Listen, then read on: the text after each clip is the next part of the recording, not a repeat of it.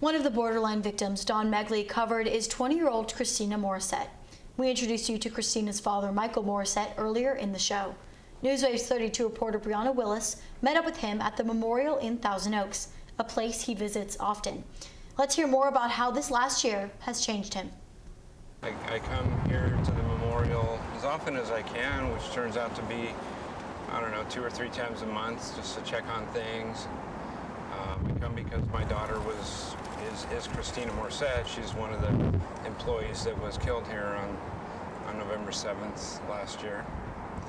So I come and just check on things and see all the new stuff, and there's always something new. There's a couple new things there in front of Kristina's cross today that I haven't seen before. It's been interesting, the healing process and the grieving process. Everything's so mixed up, and everybody's different the way they were affected and the way they handle it, and no two people are experiencing the same thing, and it's been challenging, but you always try and look for the bright side of something. It's been on the positive side, interacting with everybody and getting the love and sharing emotions with people has been also uplifting and encouraging too at the same time. So it's really strange how it works.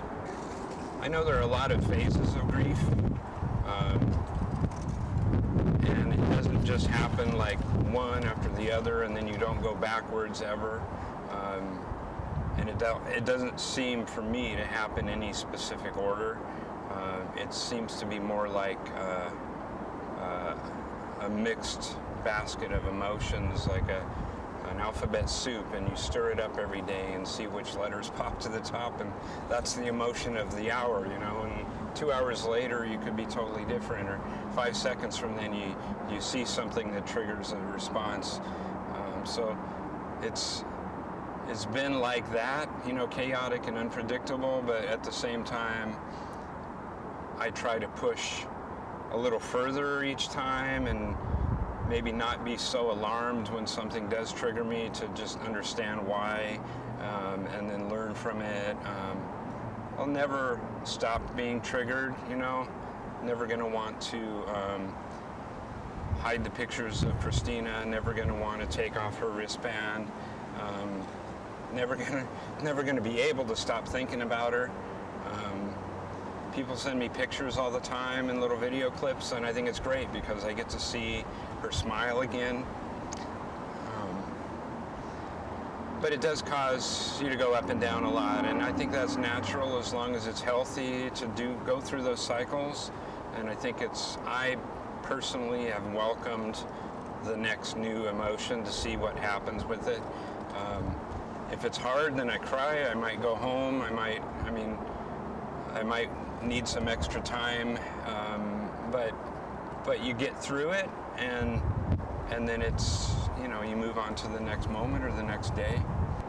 Never going to reconcile completely and come back to zero like nothing happened, but to reconcile it enough to say, well, here's where we are now. We can never go back. We can't change anything that's happened, but we can learn from it, we can grow from it, and now I have a lot of people who care about me, and a lot of people that I care about that I never knew 11 months ago. So it's like the silver lining of a really, really dark cloud. It's just the way it is. While the story is so tragic, I think it's so beautiful to be able to see, his experience of overcoming grief, and, his emphasis on hope and love, and just being able to overcome such sadness. I really love how he's found community because of this. Yeah, Absolutely. and all of the positive outlook that he's found through this. Yeah, he has so much support, and that's really what he's looking for. And I think that's what, brings people together in the end of the day and keeps people going. Yeah. For sure. It's awesome.